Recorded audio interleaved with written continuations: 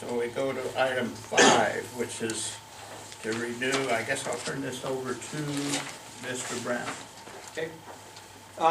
As you recall at our last meeting, we were talking about bringing the Furman Group back on board for another year to be our Washington DC lobbyist. And the board authorized me to work with the city to come up with an interlocal agreement and a resolution to move forward to work together on obtaining a Washington DC lobbyist and work specifically towards negotiating with the Furman Group for a lower price. I've been working with Aaron Baker, who's in the back there from the city, on the efforts, and I have a memorandum in the packet. Aaron has been quite responsible in working with several other lobbyist groups and has found several that were significantly less expensive than the Furman Group, and has performed interviews. I worked with Aaron on a couple of them, and since that time, Link Browder from the Furman Group has been in contact with Aaron and I to find out, where we're at and the prices. Link regretfully withdrew their proposal to provide services to the district and to the city because of costs, feeling that they could not compete with any costs that were lower, which we did. So basically, for you tonight, the board, we've got several documents in the packet that we'll need the board to take action on. First one is a resolution to be able to work with the city on an interlocal agreement. And the second one is the actual. Are we getting into item 6 on that though? Oh, yeah. So, on item 5. So basically, yeah. what we're looking for is to terminate this agreement and then move on to item 6. Yes. Correct? Yeah, just not. Or do you want to read both items right now and use them? Do we even need to do that where he's already withdrew his proposal? I mean, Yeah, I think he withdrew his proposal, but not his current contract, right? Well, it's up tomorrow anyway. Yeah. It's up tomorrow. Yeah, it's up November 15th, so we got about 10 days. We gotta give him a 30-day notice anyway. Yeah, and 90 days under the agreement. Oh, And so I don't know that any action needs to be taken to terminate, but it's going to expire on its own in 10 days. So I don't know that any action needs to be taken with respect to the actual Furman agreement itself. It's just a matter of, I think Kevin was just kind of letting the board know that the Furman Group's no longer interested in competing with potential lobbyists to serve the district going forward. Do we let this item die then? I think you can let item 5 die without any action taken, and just, unless if you wanted to take formal action, acknowledging the fact you're not going to renew with the Furman Group, and you're going to let that agreement terminate naturally on its indicated term. Let's move to item 6. Is that the board? I'd just like to thank you for the services and appreciate the things they've done for us in the past. I think that it might be a good idea just to send a letter just acknowledging that.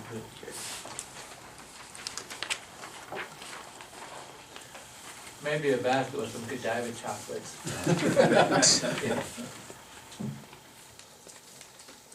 Okay, item 5 died for lack of action, so we'll move on to item 6. Mr. Brown. Okay, item 6 is, as I was starting to mention, that is a resolution and an interlocal agreement to allow the district to work with the city on procuring Washington DC lobbyists. The other portion of this that I will need specific guidance on is if you do approve the resolution and your interlocal agreement, is to continue to work with the city to specifically tie down and figure out who we would bring back to the board at the next meeting to recommend to be our Washington DC lobbyist. So I guess Has the city firmed up on anybody yet, or are they still in the process? He's shaking his head, yeah. Has the city voted on this interlocal agreement? It hasn't been voted on. There's information in the back material that we had tech review today. I mean, if it's appropriate, Mr. Baker's back there, he could kind of give you some general information of what costs are gonna be in the different groups, if that's permissible, if legal counsel doesn't tell him you can't, but I suggest you take 5 minutes and maybe give you what he's, what they worked together and found, for both entities. Well, I, just from my standpoint, it's kind of, I mean, if the city's kind of already decided on who they're gonna use, or you haven't voted on anybody yet? Okay. We have some recommendations, but there's been no official action. Okay. Okay. Mr. Aaron? Board, appreciate the opportunity to speak with you. We do have a recommendation in our packet. It is for, from Patton Boggs. The individual's name, her name is Vicki Cram. She currently represents the city of Las Vegas as well, here in Nevada. She has a great relationship with the Nevada delegation. But to cut to the chase, the new price tag for the city and the water district would be $65,000.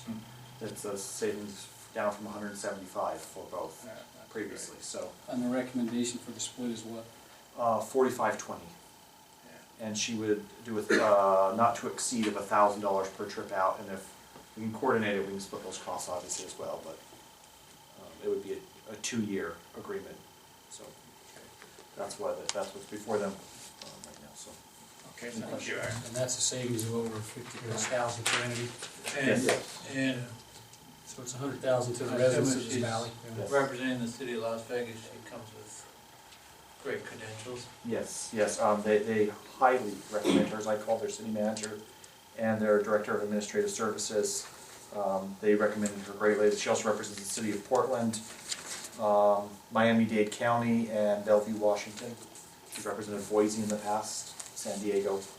So there are a few cities that she's worked for. Okay, thank you. Thank you. Thanks, Aaron. Let's see, I guess the first thing we need to do is approve the resolution. So I'll ask for a motion. Mr. Chairman, do you have Go any ahead. comments? Oh, excuse me. Mr. Chairman, I'd like to make a motion that we approve the resolution and interlocal agreement with the city of Mesquite for the federal lobbyists. Second. Okay, I have a motion and a second, call for the vote. All those in favor, raise their hand. All those opposed? Discussion? Oh, okay, I'm sorry. Well, I just have a question. I mean, it does say that we're going to split this, and the recommendation, the suggestion is before it goes to city council, is the 65-45, and ours would be 65-45-20. Do we know exactly how, what about our scopes of what particularly might be of more value to the district versus what might be of more value to the city, and how we know we get what we need? Not that we ever really know that we're gonna get what we need, but the projection is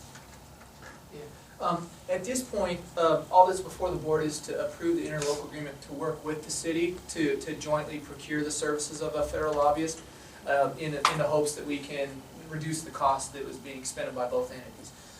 The actual hiring of the lobbyist is not being considered by the board at this point. There is a recommendation from the city to hire Patton Boggs. Apparently that's who they've decided they're comfortable with at this point. But they've not even been formally hired by the city yet. Based on the wording of the interlocal agreement, each entity will actually enter into a separate agreement. We'll negotiate costs together, but we'll actually, the district and the city will enter into separate agreements with Patton Boggs if that's what ends up happening, if that's the entity that the district selects. And so at that point, we'd set forth the scope of services and sort of what matters and things we'd actually want Patton Boggs or whoever the lobbyist ends up being to work on behalf of the district. thank you. Okay. The information Mr. Baker stated was what was in the packets for the city council, the recommended proportions and all that, and who we should hire. And in that detail, I should have back to the board at our next board meeting. Okay, so we And have. something we can approve of or disapprove of at that time. At that time. It should be an agenda item for the board to consider.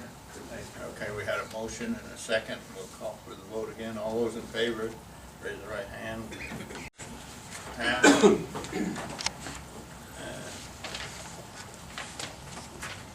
That's all we need to do with that, isn't it? Item 7. We're to item 7. Mr. Miller?